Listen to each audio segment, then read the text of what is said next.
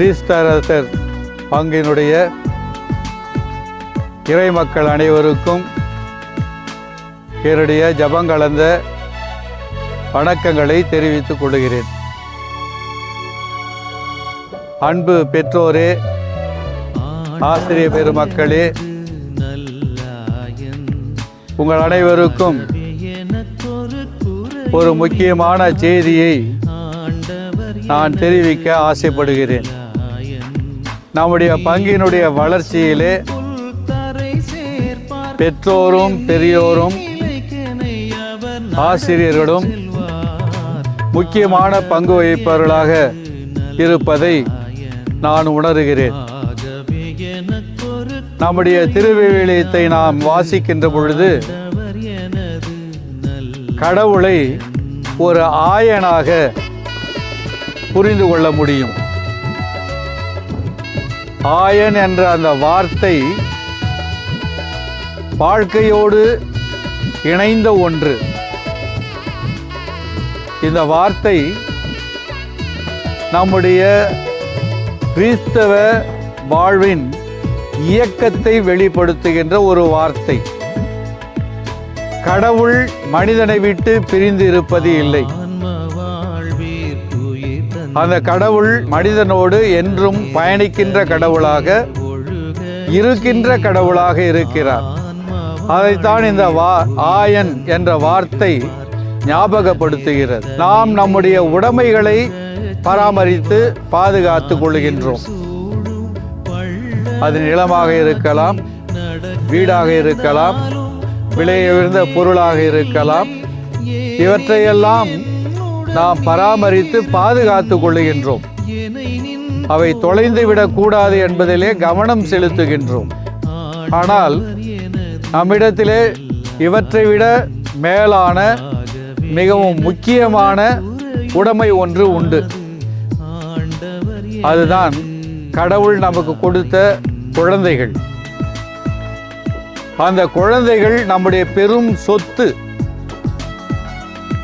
அந்த சொத்தை பராமரிக்க வேண்டியதும் பாதுகாக்க வேண்டியதும் நம்முடைய பொறுப்பு. ஒரு ஆயன் என்று சொல்லும்போது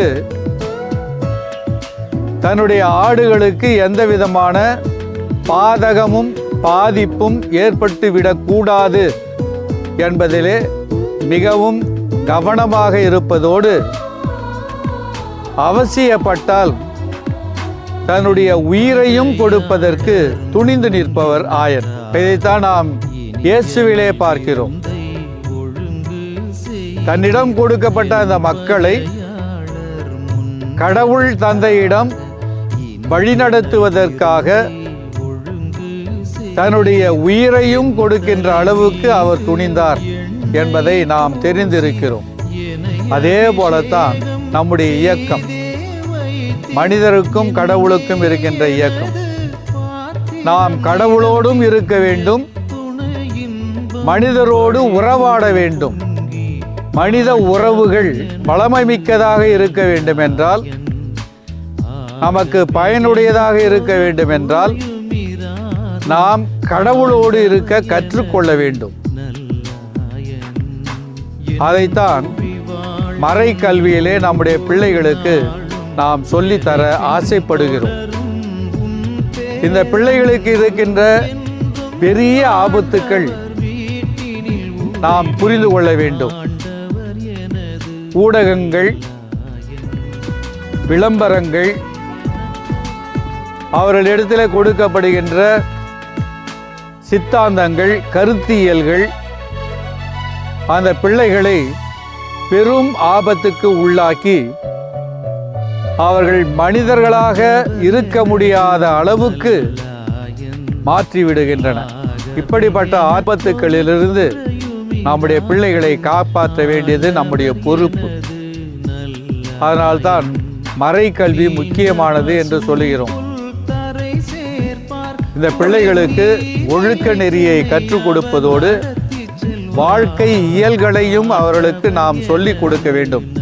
எப்படி சமுதாயத்திலே பழக வேண்டும், மற்றவரிடத்திலே எப்படி நாம் நடந்து கொள்ள வேண்டும், தவறுகளை எப்படி நாம் திருத்திக் கொள்ள வேண்டும், சரியான பாதை எது என்று பகுத்து ஆய்ந்து அறிந்து தெரிந்து ஏற்று செயல்படுவது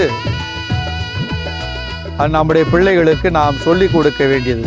அதுதான் ஆயனுடைய பணி. ஆனால் ஒவ்வொரு பெற்றோரும் ஆசிரியரும் குருவும் துறவரத்தாரும் இந்த பங்கில் இருக்கின்ற பெரியோர்களும் ஆயர்களாக இருக்கிறோம் என்பதை மறந்துவிடக்கூடாது. நம்முடைய வழி நடத்தல் அந்த பிள்ளைகளுக்கு தேவை. நம்முடைய முன்மாதிரி அந்த பிள்ளைகளுக்கு தேவை. நாம் அந்த பிள்ளைகளுக்காக நம்முடைய உயிரையும் தியாகம் செய்ய தயாராக இருக்கிறோம் என்ற அந்த அன்பை பிள்ளைகள் உணர நாம் வழிவகுக்க வேண்டும். எனவே அன்பு பெற்றோரே, பெரியோர்களே, ஆசிரியர் பெருமக்களே மற்றும் பங்கில் பொறுப்புணர்வோடு செயல்படுகின்ற பங்கினுடைய வளர்ச்சிக்காக தங்களையே ஈடுபடுத்திக் கொள்கின்றவர்களே, நாம் அனைவரும் இந்த முயற்சியிலே நம்மையே ஈடுபடுத்திக் கொள்வோம். நம்முடைய பிள்ளைகளுக்கு ஆயனாக இருந்து அவர்களை எல்லா விதமான தீமைகளிலிருந்தும் பாதுகாப்பதிலே அக்கறை கொள்வோம், செயல்படுவோம். ஆண்டவர் நம்மோடு இருந்து நமக்கு ஆற்றல் அளிப்பார், வழிமளிப்பார், வழிகாட்டுவார். நன்றி, வணக்கம்.